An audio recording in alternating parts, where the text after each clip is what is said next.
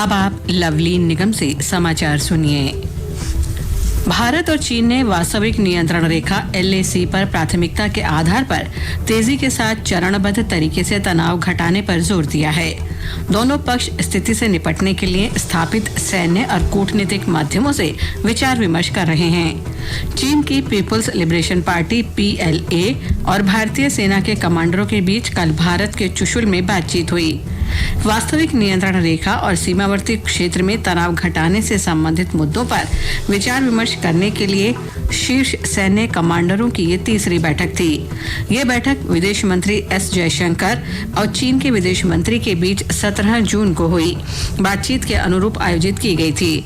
दोनों नेताओं ने इस पर सहमति जताई थी कि पूरी स्थिति का समाधान जिम्मेदारी के साथ किया जाएगा और दोनों देश 6 जून को बनी समझ के अनुसार अपनी अपनी सेनाएं पीछे हटा लेंगे।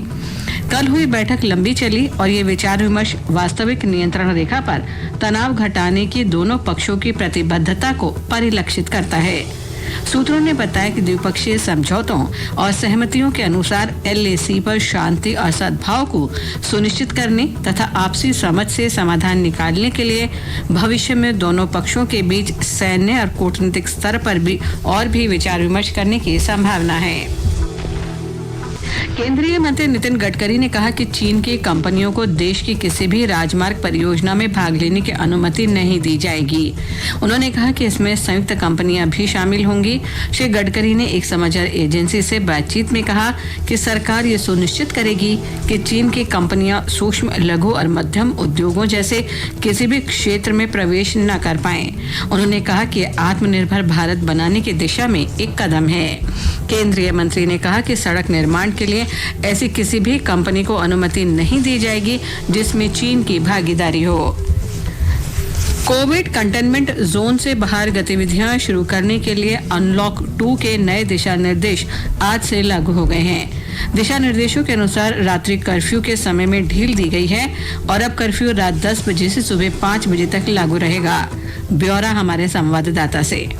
दिशा निर्देश के अनुसार सामाजिक, राजनीतिक, मनोरंजन, खेलकूद, शैक्षिक, सांस्कृतिक तथा धार्मिक तथा अधिक भीड़ भाड़ वाले अन्य आयोजनों की अनुमति नहीं होगी। संक्रमण क्षेत्र के बाहर के क्षेत्रों में सभी कार्य किए जा सकेंगे। विद्यालयों, महाविद्यालयों और कोचिंग संस्थानों को जुलाई महीने में भी बंद रखने का निर्णय लिया गया है। घरेलू विमान सेवा और यात्री रेलगाड़ियों की सीमित संचालन की अनुमति पहले से है, जिसे धीरे धीरे बढ़ाया जाएगा। वंदे भारत मिशन के अंतर्गत सीमित अंतर्राष्ट्रीय विमान सेवा उपलब्ध होगी। संक्रमित क्षेत्र की निगरानी का काम राज्य सरकार का होगा। केंद्रीय स्वास्थ्य मंत्रालय इस बात पर नजर रखेगा कि ऐसे क्षेत्रों में दिशा निर्देशों का पूरी तरह पालन हो रहा है या नहीं। इसके अलावा कोविड-19 के प्रबंधन के संबंध में जारी किए गए दिशा निर्देश का अनुपालन जारी रहेगा ताकि सामाजिक दूरी सुनिश्चित हो सके। अनुपम मिश्र, आकाशवाणी समाचार, दिल्ली। देश में अब तक 3,47,979 कोविड रोगी उपचार के बाद स्वस्थ हो गए हैं। पिछले 24 घंटे में 13,157 रोगी ठीक हुए हैं। स्वस्थ होने की दर लगभग 59.43% हो गई है। अब देश में मरीजों की कुल संख्या 5,85,493 हो गई है। एक दिन में 507 लोगों की मृत्यु के साथ मृतकों की कुल संख्या 17,400 हो गई है। इस समय देश में 2,20,114 मरीजों का इलाज चल रहा है। वंदे भारत अभियान का चौथा चरण शुक्रवार से शुरू होगा। 15 जुलाई तक चलने वाले इस अभियान के अंतर्गत 17 देशों में फंसे भारतीयों को स्वदेश लाने के लिए एयर इंडिया 170 से अधिक उड़ानें संचालित करेगी। इसके अलावा इन लोगों को स्वदेश लाने के लिए इस अवधि के दौरान air India express 134, Indigo 193, Go Air 41 और स्पाइस जेट 8 उड़ानों का संचालन करेगी। वंदे भारत अभियान के तहत अब तक करीब 700 उड़ानों के जरिए लगभग 1.5 लाख भारतीयों को वापस लाया गया है। पिछले महीने देश भर में करीब 91,000 करोड़ रुपए वस्तु और सेवा कर से प्राप्त किए गए। मई 2020 में ये धनराशि लगभग 62,000 करोड़ और अप्रैल 2020 से ये लगभग 32,000 करोड़ रुपए की थी। चालू वित्त वर्ष की पहली तिमाही में वस्तु और सेवा कर की वसूली इससे पिछले वर्ष की इसी अवधि की तुलना में 59% कम थी। अब भी कई करदाताओं द्वारा मई और जून का विवरण देना बाकी है। ये समाचार आकाशवाणी से प्रसारित किए जा रहे हैं।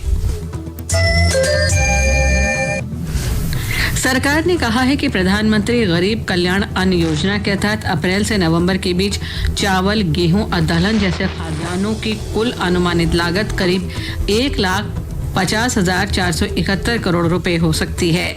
इसमें अंतर्राज्यीय परिवहन और डीलर मार्जिन पर आने वाला खर्च और केंद्र द्वारा दी गई खाद्यान्न सब्सिडी की 46,061 करोड़ रुपए की अनुमानित राशि भी शामिल है। प्रधानमंत्री नरेंद्र मोदी ने कल प्रधानमंत्री गरीब कल्याण अन्न योजना को नवंबर अंत तक बढ़ाने की घोषणा की थी। अब ये योजना जुलाई से इस वर्ष नवंबर के अंत तक लागू रहेगी। इन 5 महीनों के दौरान 80 करोड़ से ज्यादा लोगों को प्रति परिवार हर माह 1 किलोग्राम मुफ्त चना सहित 5 किलोग्राम मुफ्त खाद्यान्न मुहैया कराया जाएगा। कृषि मंत्री नरेंद्र सिंह तोमर ने किसानों से अपील की कि वे कृषि को लाभदायक बनाने के उद्देश्य से विभिन्न प्रकार की फसलों की खेती करें। उन्होंने कहा कि बिना किसी बाधा के रबी की फसल की कटाई और इसकी खरीद प्रक्रिया पूरी की गई है। जम्मू कश्मीर में सेना ने राजौरी के केरन सेक्टर में नियंत्रण रेखा पर घुसपैठ का एक प्रयास विफल कर दिया। इस घटना में एक आतंकवादी मारा गया। रक्षा प्रवक्ता के अनुसार आज सुबह आतंकवादियों के एक गुट ने सुरक्षा बलों पर गोलियां बरसाते हुए नियंत्रण रेखा पर भारतीय क्षेत्र में घुसने का प्रयास किया। सतर्क सैनिकों ने तेजी से कार्रवाई करते हुए गोलीबारी का जवाब दिया। में आज सवेरे नेवेली लिग्नाइट कॉर्पोरेशन संयंत्र में एक बॉयलर दुर्घटना 21 मेगावाट बिजली संयंत्र की इकाई में हुई। 40% से ज्यादा झुलसे हुए लोगों को चेन्नई के अस्पतालों में भर्ती कराया गया है, जबकि अन्य घायलों को नेवेली संयंत्र के अस्पताल में इलाज चल रहा है। तमिलनाडु के मुख्यमंत्री ई पलनीसामी ने दुर्घटना में मरने वालों के परिजनों को 3-3 लाख रुपए के मुआवजे की घोषणा की है। राष्ट्रीय चिकित्सक दिवस के अवसर पर देश डॉक्टरों को नमन कर रहा है। उपराष्ट्रपति एम वेंकैया नायडू, प्रधानमंत्री नरेंद्र मोदी, गृह मंत्री अमित शाह और सूचना तथा प्रसारण मंत्री प्रकाश जावड़ेकर ने इस अवसर पर डॉक्टरों को शुभकामनाएं दी हैं। उपराष्ट्रपति ने कहा कि वर्तमान कोविड महामारी जैसी गंभीर स्वास्थ्य आपात की स्थिति में डॉक्टरों ने अग्रणी योद्धा होने का साहस दिखाया है।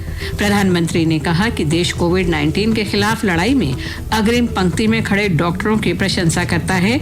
श्री मोदी ने कहा कि संकट के इस काल में डॉक्टर और नर्सें ईश्वर का रूप हैं।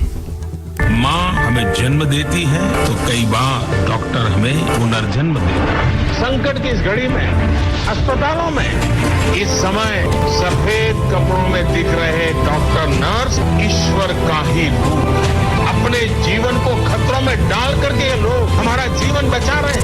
डॉक्टर जिंदगी बचाते हैं और हम उनका ऋण कभी नहीं उतार सकते। ये हम सबका दायित्व है कि जो देश की सेवा करते हैं, जो देश के लिए खुद को खपाते हैं, उनका सार्वजनिक सम्मान हर पल होते रहना है।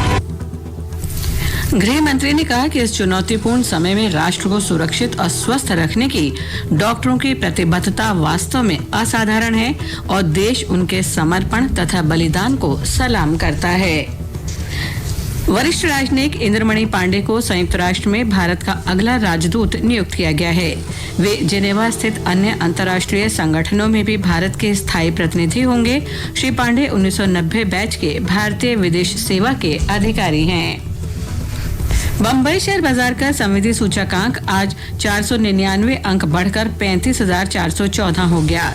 निफ्टी भी 128 अंक की बढ़त के साथ 10,430 पर पहुंच गया। भारत संचार निगम लिमिटेड BSNL ने 4G नेटवर्क अद्यतन और विस्तार करने की निविदा रद्द कर दी है।